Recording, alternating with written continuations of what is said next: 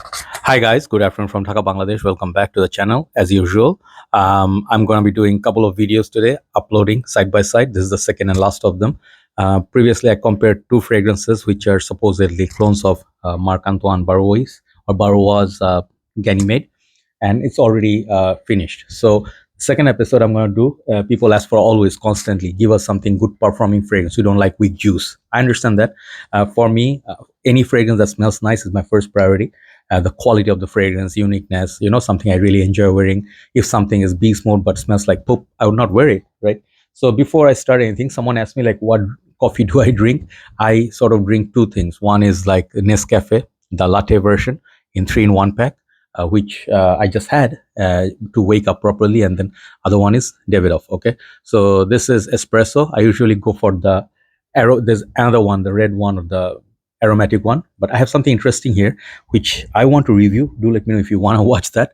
This is for my Australian friends. Okay, this is Vegemite, I think, and this is basically the what you call like iconic product of Australia, like VB, the bitter beer and stuff. So this thing I really wanted to try, and I think I want to make a review out of it. Okay, because it's very weird product, but I'm still testing it. So here time is around 1:05 p.m. and it's kind of sunny day out there. It's still winter, but it's pleasant. The weather is pretty pleasant. So I have 15. Let's start one by one. I have three fragrances back to back, off from the same house, sort of. Okay, it's called Armaf, and I'm showing them. Okay, because I've shown them before.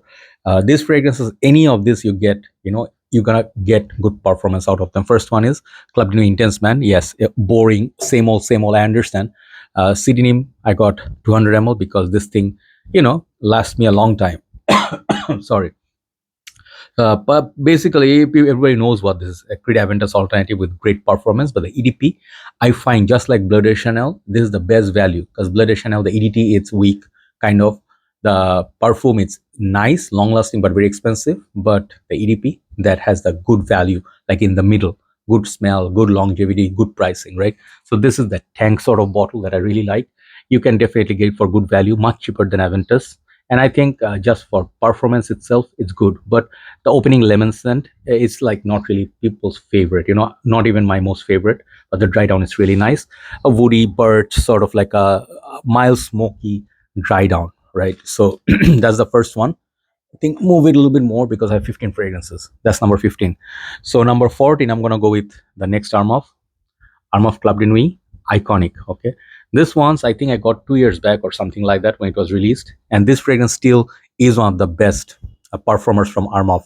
Armaf sort of makes sometimes same old clones, which this one is also guilty of, because Armaf previously made like few more Bleu de Chanel clone, like I think Shades Blue, Voyage Blue, and maybe there's more. But this one, actually, they made it perfection. These are more of the upper class line, more expensive line, but for good reasons. This is really, really nice.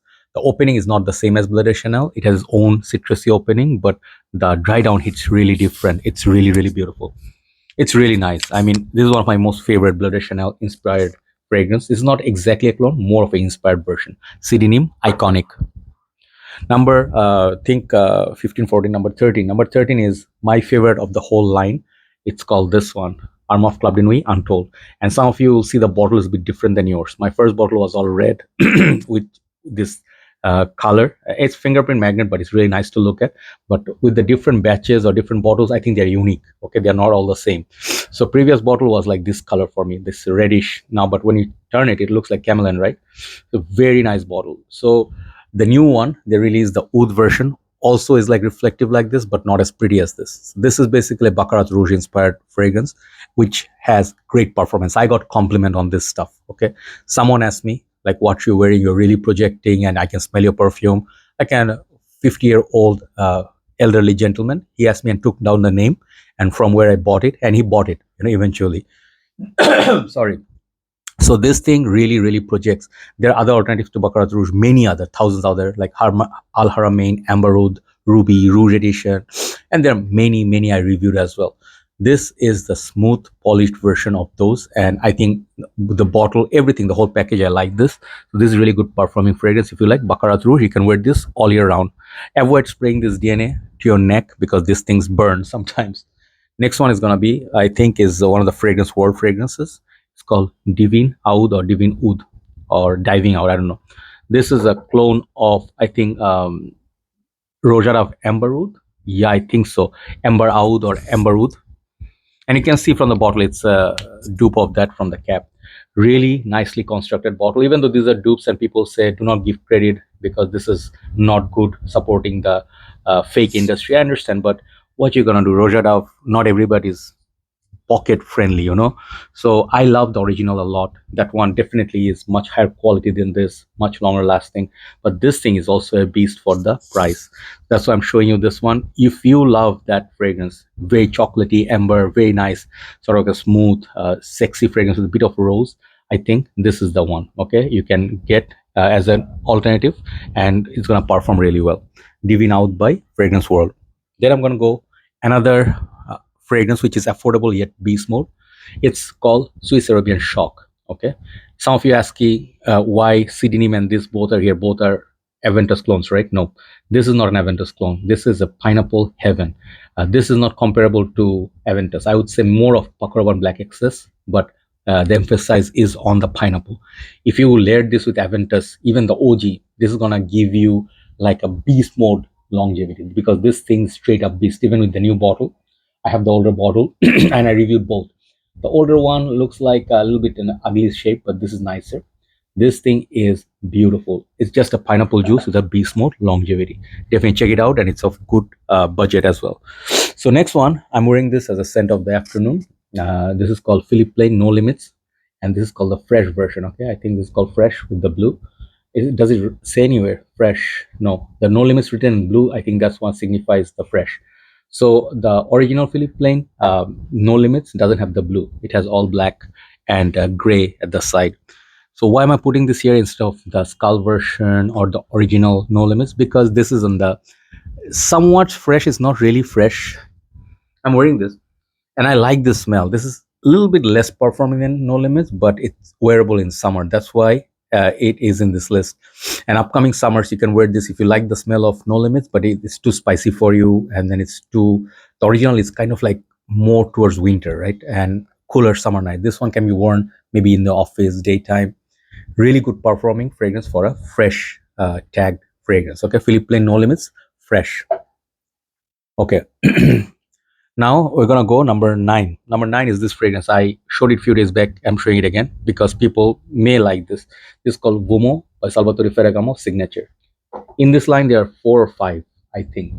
Yeah, original one is a beast as well, but this is more sophisticated. I mean, if you like the original, you're gonna like this, but it's more with the darker tones, more serious, lasts very long time.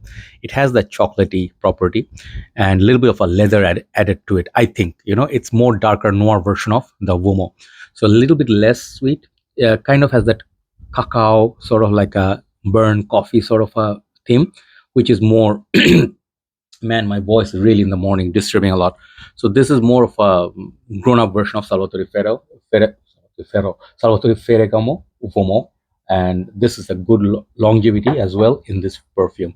So Salvatore Ferragamo Uomo Signature.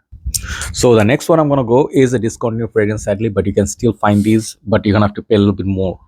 Previously, whatever the price was of 125 ml is the price of 75 ml now or more. It's called Le Bleu d'Issey by Miyake.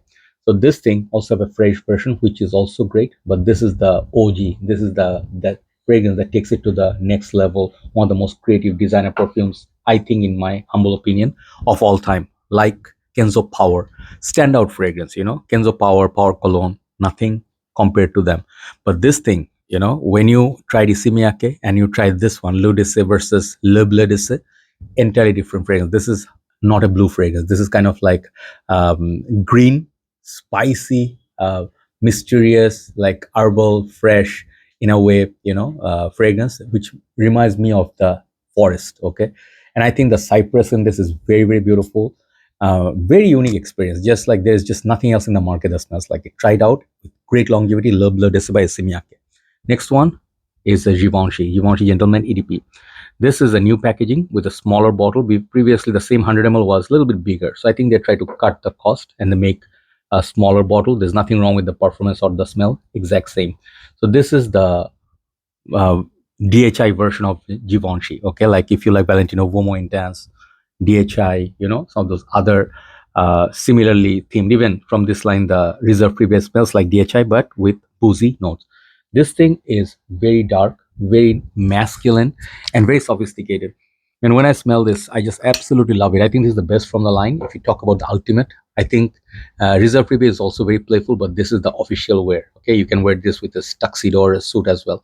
The EDP has great push, 7 to 8 hours easy. That's what I'm showing you. It's not perhaps as long lasting as some of the top 5, but it's still very good performer. So the next one is my current favorite for colder months. I'm wearing this a lot. This is Khamrah Qahwa by Lattafa. I showed this recently as well, and I just love it. Absolute love, because of a reason. It lasts. Some of you are saying this one is not as long lasting as the original Khamrah. Give it some time, let it sit in your collection. As time progresses, this is gonna get also beastly like Khamrah.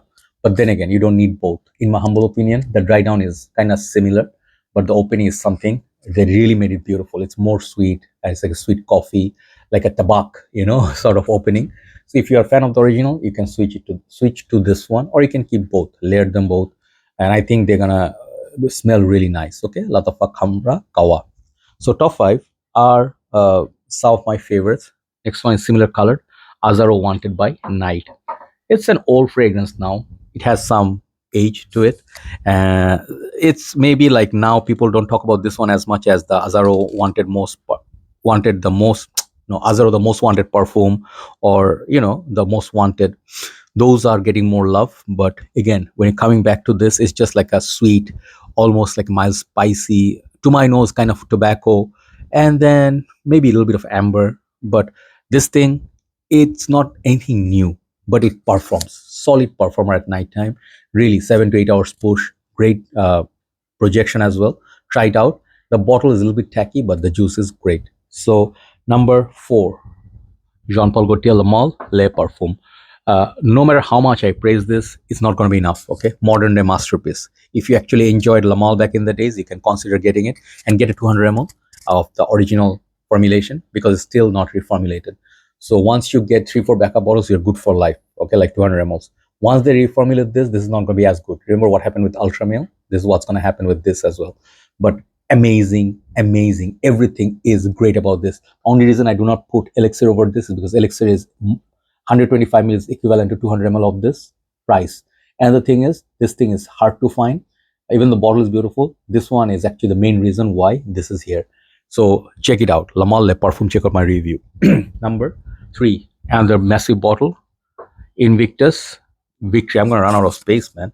Invictus Victory, and I think this is called Elixir. My favorite from the line.